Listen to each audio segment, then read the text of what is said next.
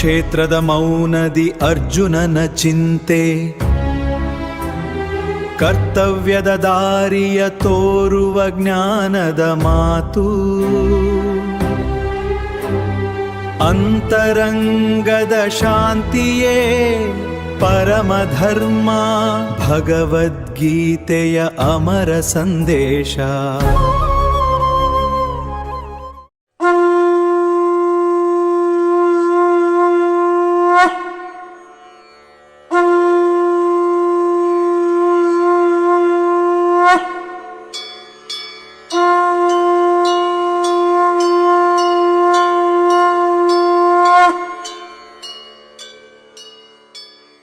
ಶ್ರೀ ಗುರುಭ್ಯೋ ನಮಃ.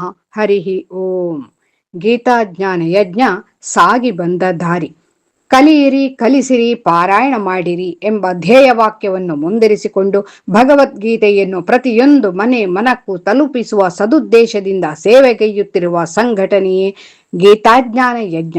ಪ್ರತಿದಿನ ಬೆಳಿಗ್ಗೆ 5:30ರಿಂದ 6:35ರವರೆಗೆ ಆನ್ಲೈನ್ನಲ್ಲಿ ಜರುಗುವ ಸತ್ಸಂಗ ಹಾಗೂ ಭಗವದ್ಗೀತಾ ಅಧ್ಯಯನ ಮತ್ತು ಸಂದೇಶವೇ ಇದರ ಜೀವಾಳ.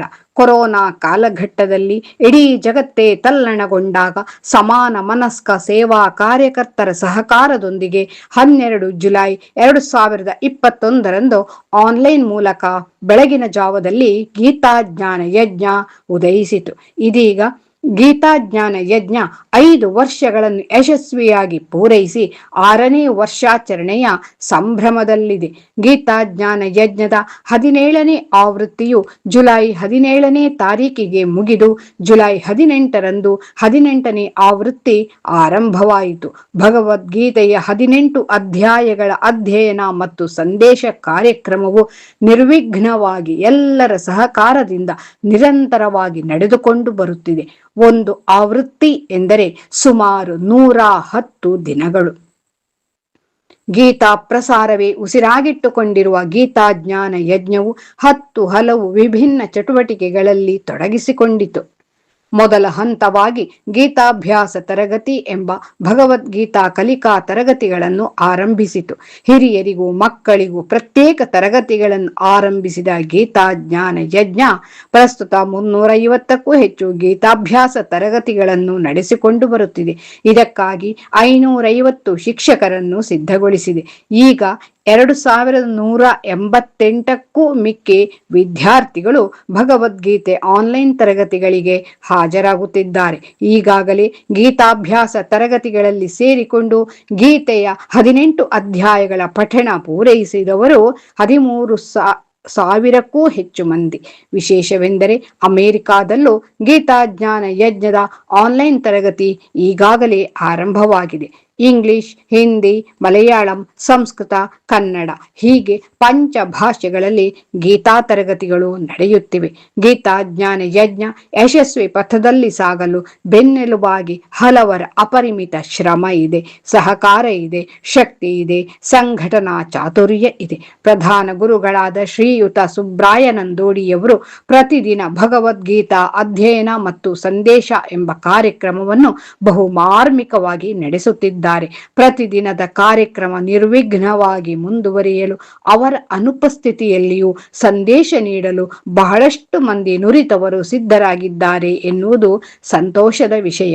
ಭಗವದ್ಗೀತೆಯನ್ನು ಕಲಿತವರು ತಮ್ಮ ಊರಿನಲ್ಲಿ ಗೀತಾ ಪಾರಾಯಣ ತಂಡವನ್ನು ರಚಿಸಿ ಊರಿನಲ್ಲಿ ನಡೆಯುವ ವಿವಿಧ ರೀತಿಯ ಕಾರ್ಯಕ್ರಮಗಳಲ್ಲಿ, ಸಮಾರಂಭಗಳಲ್ಲಿ ಪಾರಾಯಣ ನಡೆಸುವ ಯೋಜನೆಯನ್ನು ಹಮ್ಮಿಕೊಳ್ಳಲಾಯಿತು. ಪ್ರಪ್ರಥಮ ಪಾರಾಯಣ ತಂಡವು ಕಾಸರಗೋಡಿನಲ್ಲಿ ಪಾರ್ಥಸಾರಥಿ ಪಾರಾಯಣ ತಂಡ ಎಂಬ ಹೆಸರಿನಲ್ಲಿ ಪ್ರಾರಂಭವಾಯಿತು. ಇದು ಗೀತಾ ಪ್ರಸಾರಕ್ಕೆ ಪೂರಕವಾಯಿತಲ್ಲದೆ ಗೀತಾಜ್ಞಾನ ಯಜ್ಞದ ಗೌರವವನ್ನು ಇಮ್ಮಡಿಗೊಳಿಸಿತು. ಇದೀಗ 130ಕ್ಕೂ ಹೆಚ್ಚು ಪಾರಾಯಣ ತಂಡಗಳು ಕಾಸರಗೋಡು ಸೇರಿದಂತೆ ಕರ್ನಾಟಕದಾದ್ಯಂತ ರಚಿತವಾಗಿವೆ.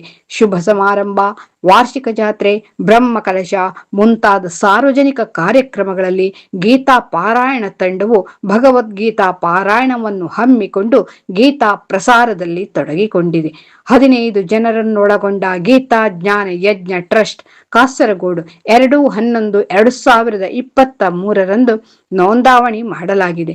ಯೂಟ್ಯೂಬ್ ವಿಭಾಗ, ಚಿಂತನ, ಗೀತಾ ಮಹಾತ್ಮೆ ಇಂತಹ 42 ಉಪಸಮಿತಿಗಳನ್ನು ರೂಪೀಕರಿಸಿ ಗೀತಾ ಜ್ಞಾನ ಯಜ್ಞ ಸೇವೆಗೈಯುತ್ತಿದೆ. ಪಾರಾಯಣ ಮಾಡಲು ಅನುಕೂಲವಾಗುವಂತೆ ಭಗವದ್ಗೀತೆಯ 47,000 ಪುಸ್ತಕಗಳನ್ನು ಮುದ್ರಿಸಲಾಗಿದೆ.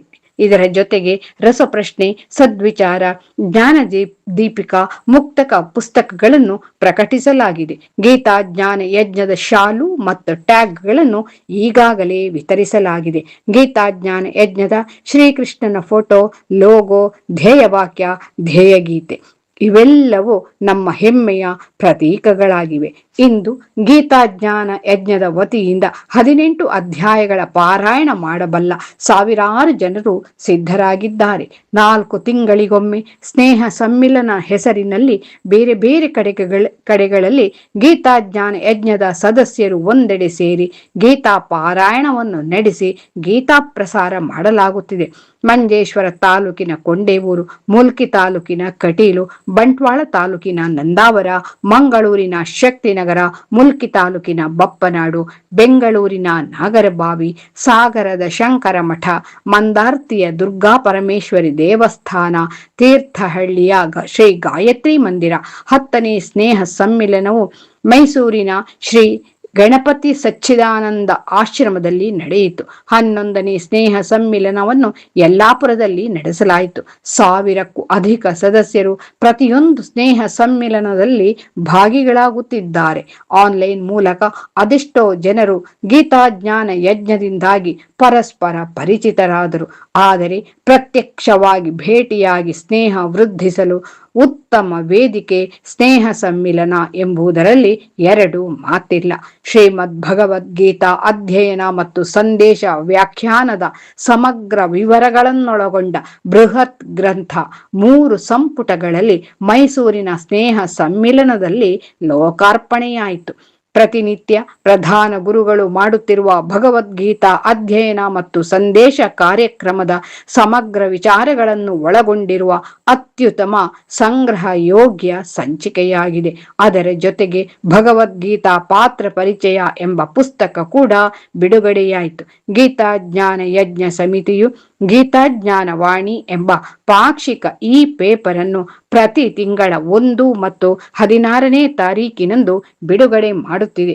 ಗೀತಾ ಜ್ಞಾನ ಯಜ್ಞವು ಇಷ್ಟೊಂದು ಯಶಸ್ವಿಯಾಗಲು ಪ್ರಧಾನ ಗುರುಗಳು ಹಾಗೂ ಪ್ರಧಾನ ಸಂಚಾಲಕರ ಸಮರ್ಥ ಮಾರ್ಗದರ್ಶನ, ನಿಸ್ವಾರ್ಥತೆಯಿಂದ ಸೇವೆ ಸಲ್ಲಿಸುತ್ತಿರುವ ಹಲವಾರು ಬಂಧು ಭಗಿನಿಯರು ಕಾರಣ. 6ನೇ ವರ್ಷ ಆಚರಿಸುತ್ತಿರುವ ಗೀತಾ ಜ್ಞಾನ ಯಜ್ಞದ ಕಾರ್ಯಕ್ರಮಗಳಲ್ಲಿ ನಾವು ಭಾಗಿಯಾಗೋಣ. ಗೀತಾ ಧ್ವಜವನ್ನು ಎಲ್ಲೆಡೆ ಹಾರಿಸೋಣ. ಗೀತೆಯ ಪದಗಳಿಗೆ ಧ್ವನಿಯಾಗೋಣ. ಗೀತೋದಕ ಪಾನದಿಂದ ಪುನೀತರಾಗೋಣ. ಹರಿ ಓಂ. ಶ್ರೀ ಕೃಷ್ಣಾರ್ಪಣಮಸ್ತು. ಯದಾ ಯದಾ ಹಿ ಧರ್ಮಸ್ಯ ಗ್ಲಾನಿರ್ಭವತಿ ಭಾರತ ಅಭ್ಯುತ್ಥಾನಮಧರ್ಮಸ್ಯ ತದಾತ್ಮಾನಂ ಸೃಜಾಮ್ಯಹಂ.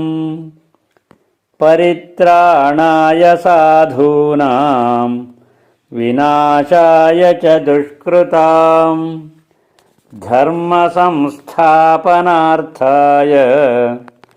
ಸಂಭವಾಮಿ ಯುಗೇ ಯುಗೇ. ಹರಿ ಓಂ.